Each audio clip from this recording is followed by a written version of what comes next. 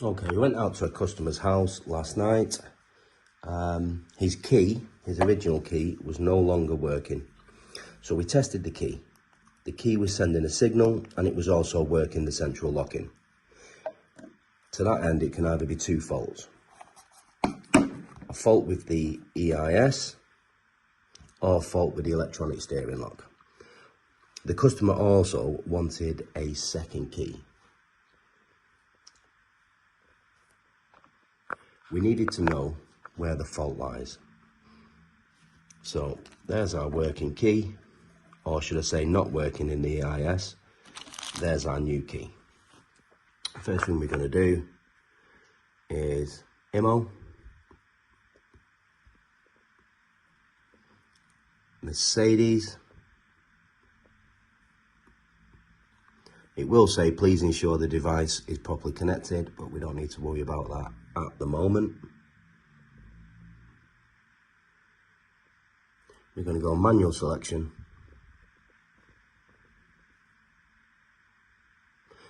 This is a C-Class. It is a 2009.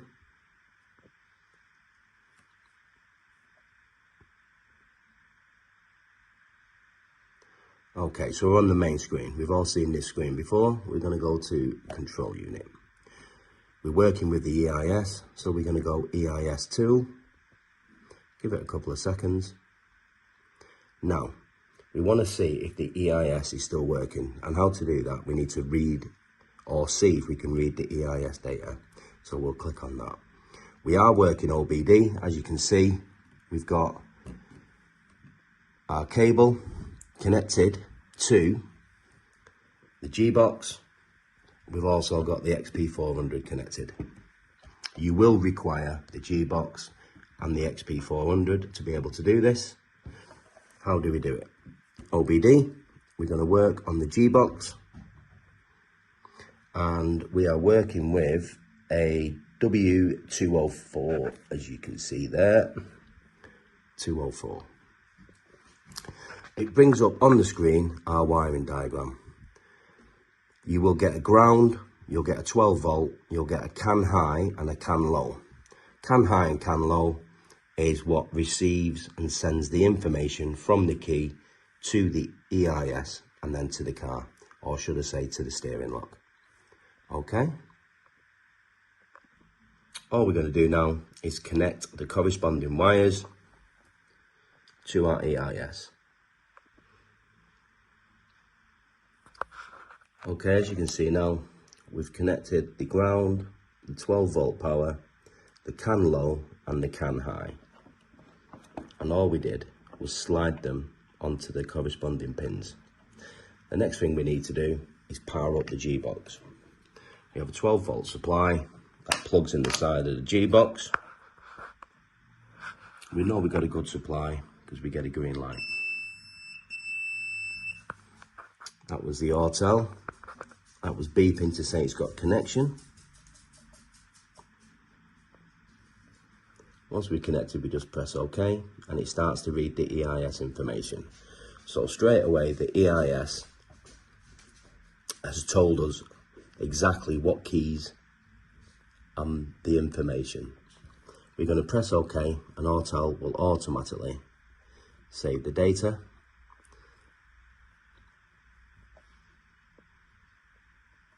We can escape that now. Go back to the main screen. So we know now the EIS is not our fault. Like I said, the customer wanted his original key and the spare key if possible. So all we're going to do is add a key. So we'll go back to the main screen. So we can check the key on the key file, or we can add a key. So let's just check the customer's working key. So we've got IR key frequency detection. So let's click on IR, and then we're going to read the key information. Place the key into the programmer, press OK. There we go. That's all the information on that key. So we know that key is not corrupted. We can escape out of that and escape out of that.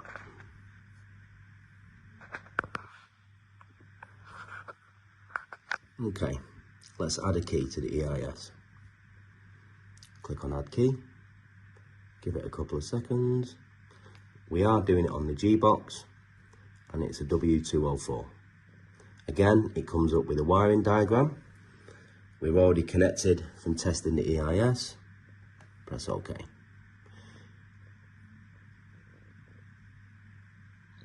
Takes us to the screen where we can add a key.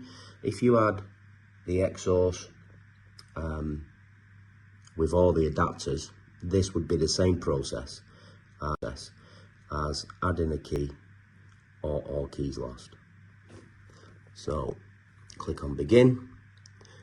Straight away it'll start to read the EIS to make sure the EIS is working. That's come up as a success.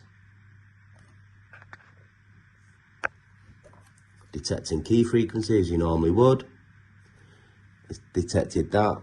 Now it's asking us to put the key or the working key into the programmer.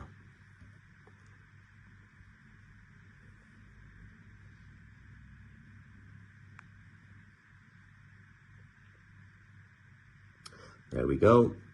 It tells us what key it is and what position it is. So it's not a smart key, as we know, and it's in position number 3.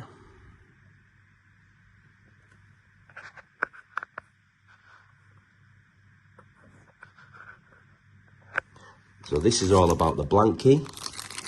So what are we going to do? So it wants us to put the key in. Now I programmed this key last night, so it will come up saying this key is already used, but I just want to go through the process.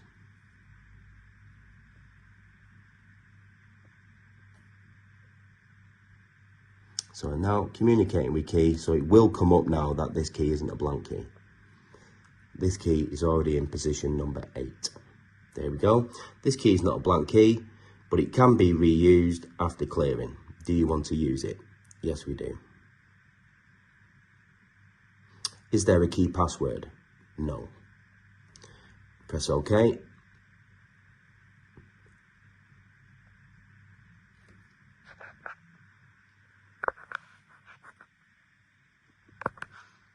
All we're going to do is begin.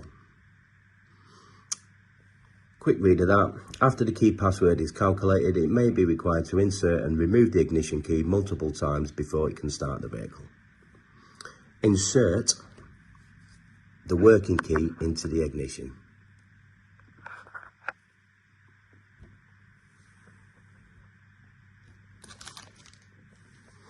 We'll count down for 5 seconds. Pull the key out of the ignition.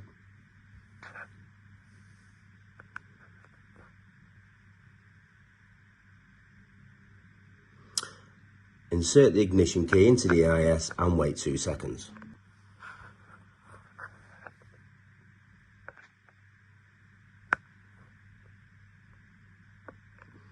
So you'll get this message exactly as you would if you were doing a spare key with a working key. Obviously this is on the G box, so we will not be able to make sure the key turns on and you get the dash illumination, so we're just going to press OK. After pulling the ignition key out, insert it into the IR keyhole of the programmer. Literally, take the key out, place it into the programmer. The programmer will start reading the key information.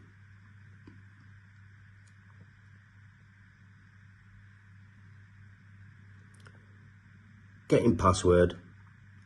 So this process can take 10 to 30 minutes. Sometimes it's shorter, would only take 5. But it can take up to 30 minutes.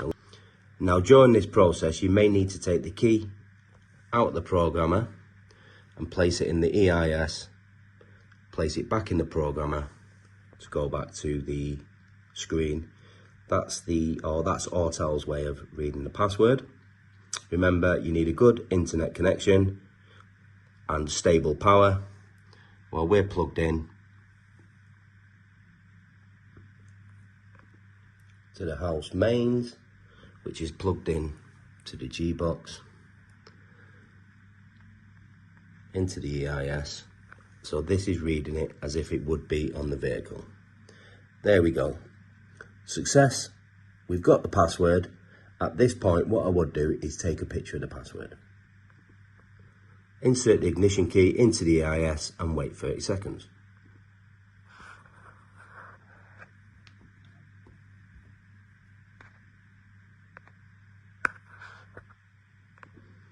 After the 30 seconds is complete, you will get a password calculation completed.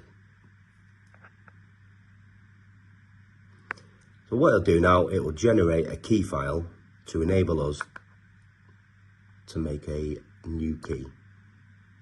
So there we go. Please insert the blank key into the IR keyhole. So we've got our blank key. Place it into there. We'll say turn the ignition on, check the vehicle can be started normally. Check if the remote central locking will work. You just press OK and it will end the process. Okay, things to note. Before we start unplugging anything from the EIS, we need to disconnect power from the G-box.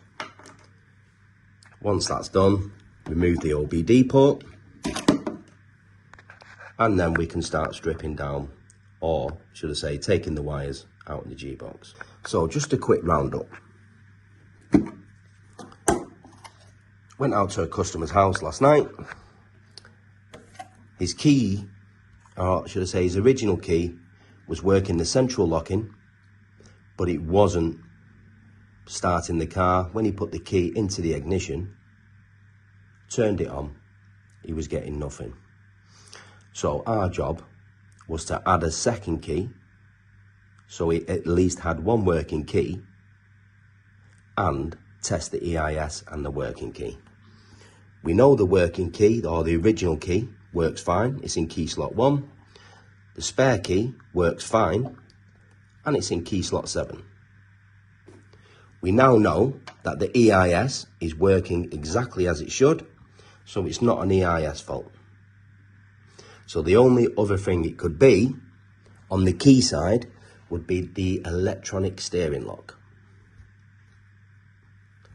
Again, what we're going to have to do is go back to the customer's car, refit the EIS, and then we will take down the electronic steering lock and go from there.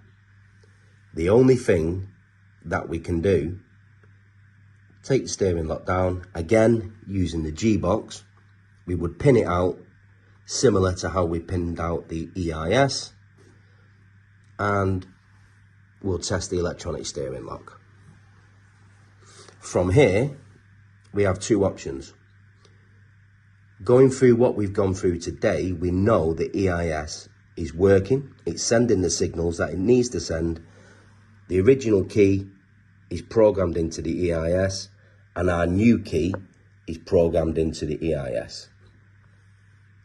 What we're going to do, again, once we get there, strip the steering lock out, and then we would pin it out exactly how we did.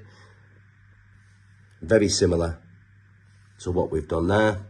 We would then plug the G-box in, and we would go to the ESL, the electronic steering lock. Again, we're working on a 204. Has the G-box been used? Yes. What we would do then is read the electronic steering lock data, just to make sure or rule out the electronic steering lock. Obviously, we've still got all this connected, so it won't connect. Please look forward to the next video of removing the electronic steering lock, pinning it out on the G-box, and testing for the frequency, or should I say, we're looking for a trigger. The trigger will be sent by the electronic steering lock to the vehicle, allowing the car to start, using the EIS, which will be replaced back to the vehicle, and then we'll be able to give the customer two options. So option number one, would be to read the electronic steering lock, see if that's working. We've ruled out that the only other thing it can be is the electronic steering lock. We should still be able to pull data from the electronic steering lock. We will then save the data to the Autel. We'll give the customer two options. Option one, we would buy a new steering lock, would have to be new, from main dealer, costing anything up to £600, or we could buy an emulator. Now, the emulators works alongside works exactly how the electronic steering lock would work. The only difference is, and you need to make the customer aware of this, there will be no steering lock on the vehicle. You must remove the steering lock from the vehicle